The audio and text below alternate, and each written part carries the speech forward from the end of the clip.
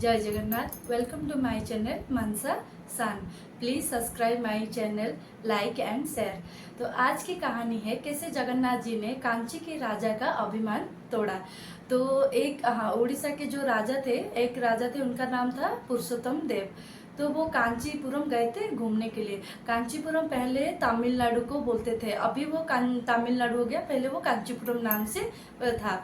तो जब पुरुषोत्तम राजा गए थे कांचीपुरम घूमने के लिए, तब उनको एक बेटी जो थी पद्मिनी, उनको बहुत पसंद आई। तो उन्होंने राजा को एक प्रस्ताव डाला कि शादी के लिए, उनकी बेटी से शादी करने के लिए।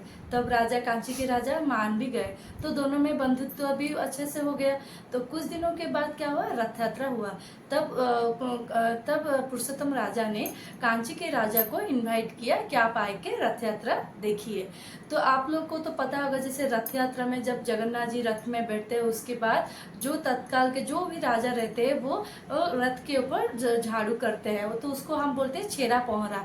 तो तब उसके जब रथ में भगवान स्वयं जगन्नाथ जी बैठे, तब पुरुषोत्तम देव आके झाड़ू किया। जो पूजा नीति जो था, उन्होंने पूरा झाड़ू किया, रथ का झाड़ू किया, फिर पूजा जो हुआ।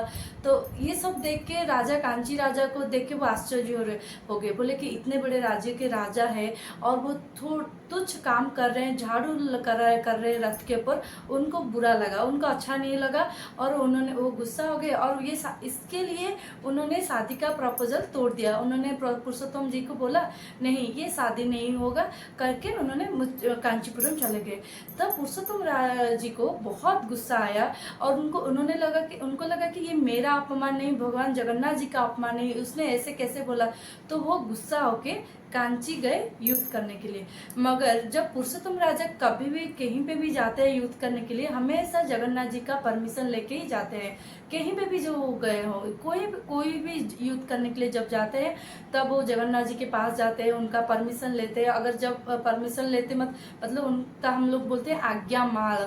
आज्ञा माल मतलब पुष्प का एक फूल माला होता है, वो अगर नीचे गिरता है या जो होता है, तो उन पुरुषोत्तम जी को समझ जाते हैं कि भगवान ने आशीर्वाद दिया है युद्ध करने के लिए, जो भी युद्ध के लिए।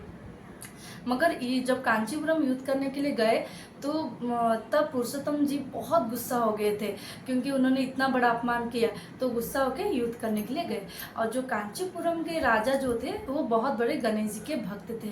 और उनके जो गुरु थे, राजगुरु या कुल गुरु बोलते, राज्यों के जो कुल गुरु रहते, वो तंत्र विद्या उनको पता था, वो तंत्र विद्या करते थे। तो जब युद्ध करने के लिए पुरुषोत्तम देव गए कांचीपुरम, जब युद्ध होता था, जो सैनिक मर जाते थे रात को, फिर वो जो कुलगुरु थे तंत्र विद्या से उनको फिर जिंदा कर देते थे। फिर नेक्स्ट डे युद्ध होता था, फिर वो लोग वो जो लोग मरते थे, फिर वो जिंदा हो जाते। ऐसे करके पुरुषोत्तम राजा बहुत शक्तिशाली थे, फिर भी बहुत थक गए। जितने लोग मरते फिर कैसे आ जाते। वो निराश होके वापस आ गए। निराश होकर आके वापस आके जगन्नाथ जी को बोला कि मैंने आपका अपमान किया, इसलिए मैं युद्ध करने के लिए गया, मगर आपने मेरा साथ ही नहीं दिया। फिर भी मैं फिर से जाऊंगा युद्ध करने के लिए, आप मेरे साथ दो या न दो, मैं फिर से जाऊंगा युद्ध करने के लिए। ये सुनकर जगन्नाथ जी जब पुरुषोत्तम देव गए दोबारा युद्ध करने के लिए, उससे पहले ही जगन्नाथ जी और उनके भैया, बड़े भैया बलभद्र जी, एक सफेद घोड़ा और एक काले घोड़े में बैठ के युद्ध करने के लिए गए। जब वो लोग युद्ध करने के लिए गए, तो रास्ते में एक पाटना करके गांव था। वहां पे क्या हुआ, जगन्नाथ जी को बहुत प्यास लगा। तो तब एक गौड़ा जाति की औरत थी।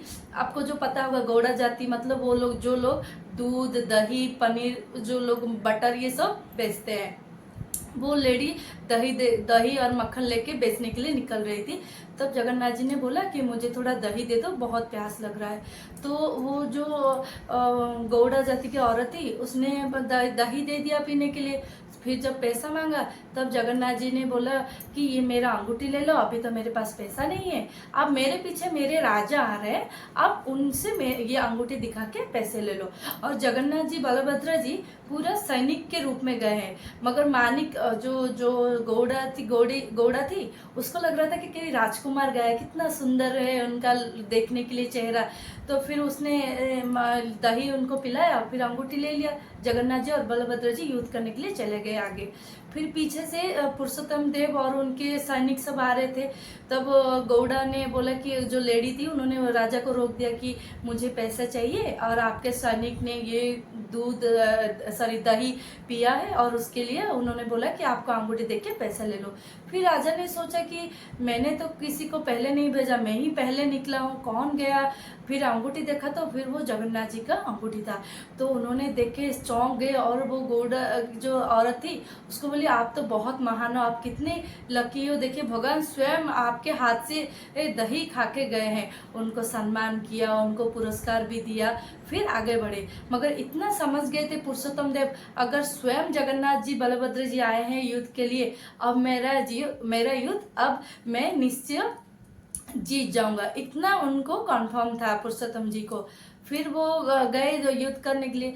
जब युद्ध करने के लिए गए मैदान में, वहां तो सभी सैनिक पहले ही मर के गिर चुके और कोई भी नहीं था वहां पे, सिर्फ राजा कांची के राजा थे। तो कांची के राजा ने पुरुषोत्तम जी को बोला आपके दो सैनिक, दो भाई आए थे, इतने शक्तिशाली थे, हमारे सारे सैनिकों को मार दिया। और देखिए स्वयं जब जगन्नाथ जी आ रहे हैं युद्ध के लिए तो उनके आगे तो कोई तंत्र विद्या कुछ भी काम नहीं करेगा। और वो कुलगुरु भी बहुत कोशिश किया मगर कोई तंत्र विद्या काम नहीं आया और कोई भी सैनिक दोबारा जीवित नहीं हो पाया।